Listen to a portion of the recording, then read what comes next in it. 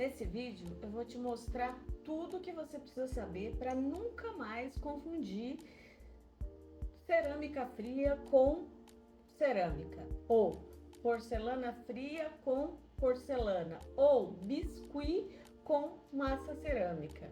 Bom, fica comigo até o final desse vídeo, porque além de te explicar as diferenças de uma forma conceitual, técnica, eu também vou fazer algumas modelagens para a gente ver o resultado de cada uma delas. Então, vem comigo para essa dica de barro que vale ouro, que eu tenho certeza que vai ser muito legal para você.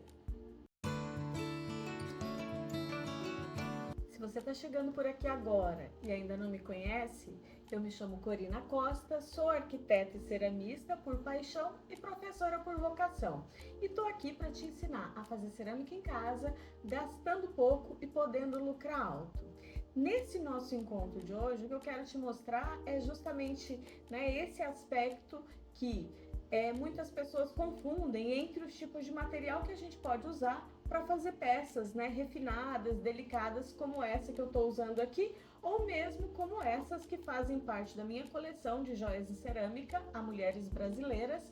Essa daqui é Águas de Clarice, que vem inspirada na conexão entre esse elemento da natureza que está presente na terra, na cerâmica, que é a água, a água que vai sendo perdida para o ar no processo cerâmico, junto com essa fluidez que ela tem e a emoção das poesias de Clarice Lispector. Então, além das questões de modelagem, de design, eu carrego aqui também uma história, uma conexão com as pessoas, que é algo muito importante para a gente chegar aí no efeito joia. Então, a gente vai fazer em ambas peças parecidas com essa aqui, Vamos tentar fazer o mais próximo possível e vou ver se a gente ainda faz esses dois modelos aqui, tá? Isso aqui também é um anel que faz parte da coleção Mulheres Brasileiras.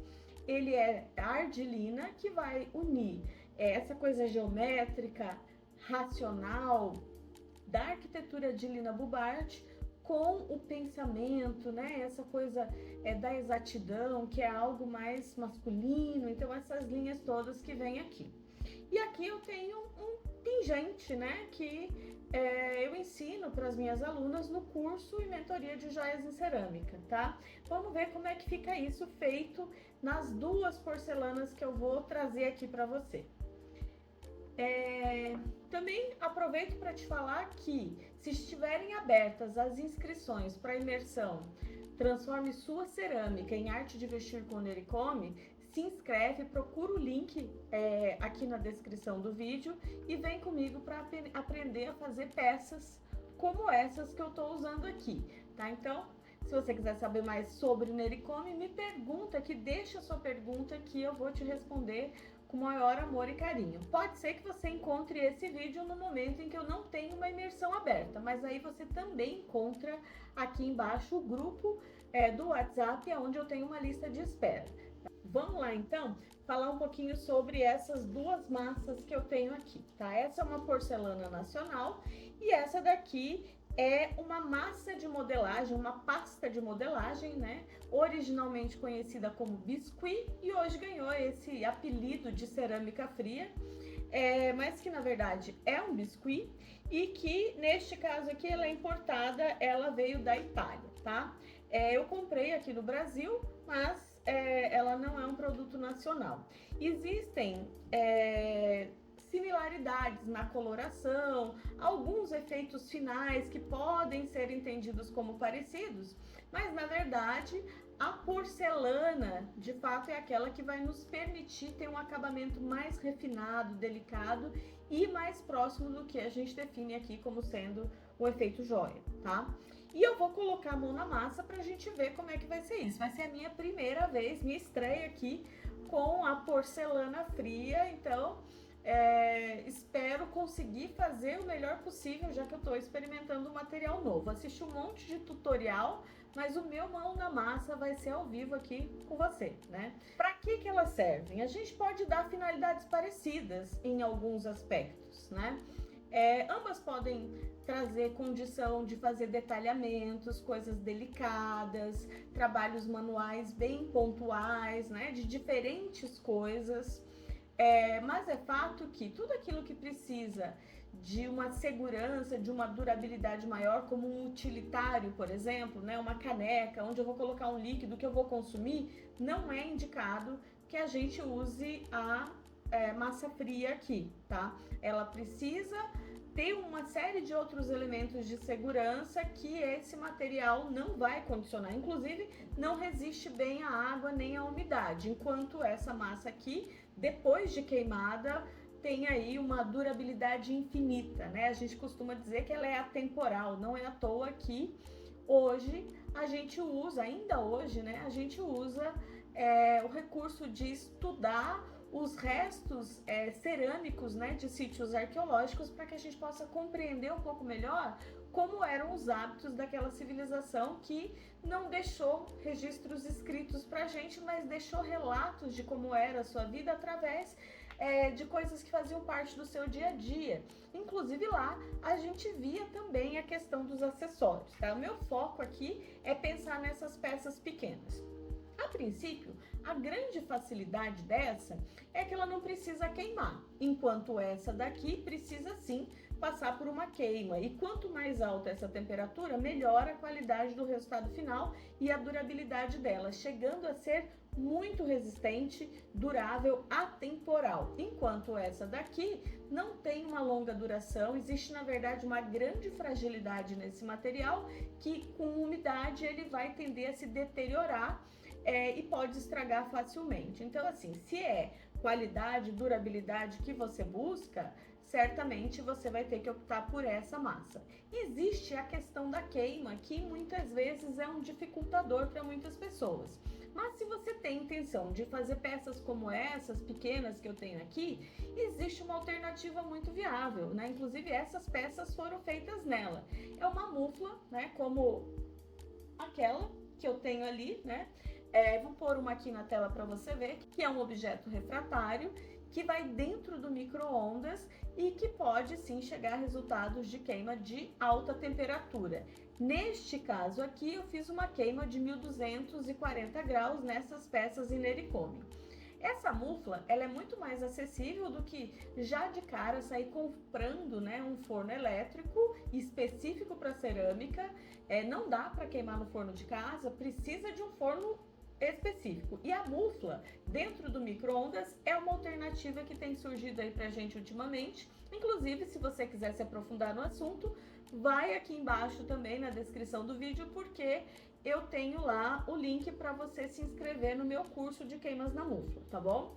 Mas de qualquer maneira, vale você saber que existe essa possibilidade, que ela é muito mais econômica e viável. Também existe a possibilidade de você procurar um ateliê de cerâmica que queime para fora. Hoje a cerâmica está num processo de ascensão e é muito comum a gente poder encontrar esses lugares que vão fazer as queimas pra gente, tá? Enfim, acho que essas são as principais características e as dúvidas gerais das pessoas. Essa precisa queimar, essa não passa pela queima, vai secar ao ambiente e depois vai receber uma camada de pintura, que é uma camada externa. Normalmente se usa uma tinta acrílica e por cima dela, para trazer brilho, um pouquinho mais de elegância nessas peças, né? Para diminuir um pouco o efeito de rusticidade que ela tem, dá para aplicar um verniz. Enquanto que essa daqui precisa, como eu disse anteriormente, passar pela queima. E a gente pode fazer uma queima que tenha um esmalte, né? É um vidrado que a gente aplica, como eu tenho nessa minha peça aqui, né? Ela foi queimada em alta temperatura, a 1240 graus, e aqui eu apliquei um esmalte cerâmico transparente. Então, essa é a cor natural da porcelana, que é dessa mesma marca aqui, e é uma porcelana que ganha, né, esse aspecto muito luxuoso, delicado, elegante, quando seguirmos, né, um passo a passo de um processo de modelagem adequado, uma queima bem feita, com uma esmaltação igualmente bem feita dentro dessas peças. E aí a gente consegue ter produtos de alta qualidade e de alto valor de comércio hoje, né? A gente tem uma tendência de busca por joias em cerâmica, mas que precisam de autenticidade, de uma série de outras coisas que não é só a modelagem que nos traz, tá? Enfim, E aí, quando a gente faz essa camada desse elemento vítreo aqui, ele se torna parte dessa peça e dá muita resistência, principalmente por conta da própria temperatura da queima, neste caso, repito, 1240 graus. Não aconselho para peças tão fininhas e delicadas como essa minha, que você faça queimas de cerâmica a menos de 1000 graus. Então, só por essas temperaturas a gente percebe que sim, precisamos de alta temperatura e fornos específicos para esse tipo de queima, mas que hoje a gente tem aí uma série de alternativas para não precisar já saindo de cara gastando muita coisa. A ideia aqui é a gente ser o mais econômico possível. Então, quero esclarecer as possibilidades para que você faça as suas escolhas, para que você me acompanhe nesse processo aqui de modelagem que eu vou fazer e me diga o que você achou disso. Enquanto isso, eu queria já te perguntar aqui, você já usou porcelana ou porcelana fria? Qual é a sua relação com ela? O que você diria sobre a qualidade, sobre a resistência, sobre o aspecto visual? Traz aqui para mim o que você tem para dizer, porque a gente continua conversando através dos comentários então. E já aproveita e me segue, curte esse vídeo para eu poder criar outros materiais para você também, tá? Bom, eu quero saber então qual é a sua relação com isso e depois você que vai me dizer qual delas você acha que é mais interessante se a gente quer atingir um público elitizado, que paga bem, que quer qualidade, que quer durabilidade, que quer resistência. Sabendo que isso aqui quebra, mas isso aqui pode quebrar também, tá? Então, cuidando bem, guardando direitinho, usando adequadamente, pode durar o resto da vida. Mas se cair, pode ser que quebre, né? Isso é uma coisa importante da gente saber, porque é característica do material, sobre o que compõe cada uma delas. Isso daqui é o mesmo tipo de direcionamento de se fazer um biscuit, então.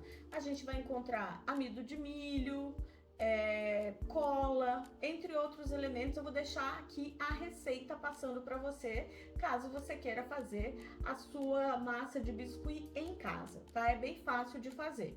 Enquanto que aqui a gente vai ter a composição de uma série de minerais, né? E é por isso que a gente diz que ela dura para sempre. Essa daqui tem uma durabilidade, porque algumas coisas dessas vão estragar com o tempo, né? Então, tanto é que nesse pacotinho aqui tem validade. Ele foi fabricado no mês 6 de 2025 e tem validade até o mês 6 de 2028. Então, tem 3 anos de validade isso daqui, tá? A embalagem. Depois de produzido, se cuidar direitinho, pode durar alguns anos aí, mas ainda assim é um material frágil.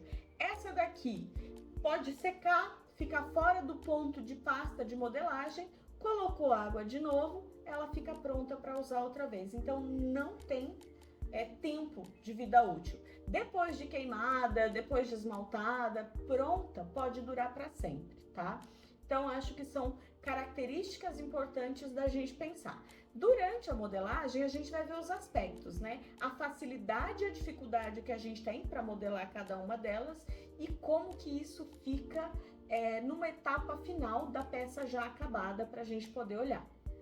De uma maneira geral, esse acabamento aqui, ele é um pouco mais rústico, mais fosco e precisa mesmo passar ali por cima dele esse outro produto que vai trazer um pouco mais de brilho. Ainda assim, até onde eu sei, ele acaba mantendo uma certa rusticidade. Enquanto que esse aqui também tem um acabamento mais fosco e rústico, se não receber um vidrado por cima dele, né, um esmalte, mas depois de esmaltado tem um aspecto bastante brilhoso, delicado, dependendo do tipo de esmalte que a gente vai usando também. O uso mais comum de cada um desses aqui é que, neste caso, a gente use para objetos decorativos, coisas que não vão precisar ser expostas à carga de força, porque não vai ter uma boa resistência para compressão, por exemplo. Mas pode ser que você faça alguns acessórios com esse material também, né? Mas ele mantém ali uma certa fragilidade. Enquanto que essa daqui, se queimada adequadamente, pode sim ser muito adequada para tudo aquilo que essa for, porém ela vai além. porque ela vai servir para funcionar como utilitário, que essa aqui não serve porque não dá para colocar líquido dentro, por exemplo. Essa, entre as massas cerâmicas, é aquela que mais fecha os poros e que, consequentemente, talvez fosse aquela mais adequada para esse uso também, porque vai evitar que micro-organismos encontrem buraquinhos quando queimada na temperatura correta. E aí, isso faz com que evite bolor, com que ela dure mais tempo e seja uma massa cerâmica muito resistente, muito firme, muito dura e muito próxima do que a gente chama de impermeabilidade.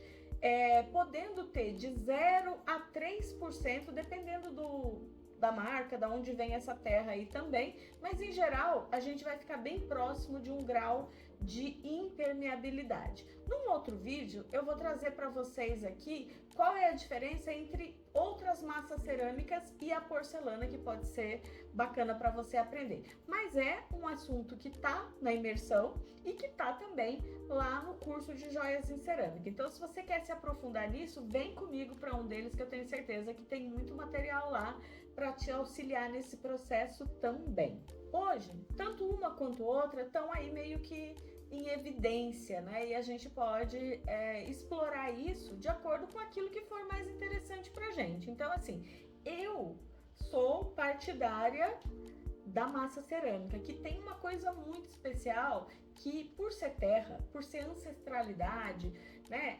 Quando a gente toca nela, existe uma questão terapêutica muito especial, muito delicada e importante, que faz com que a gente se apaixone mesmo, e é por isso que eu falo que ela é do mal. Ela entra, acha um espaço e vai participar com você da sua vida. Eu tenho certeza que se você colocar a mão na massa aqui, você não vai querer largar mais.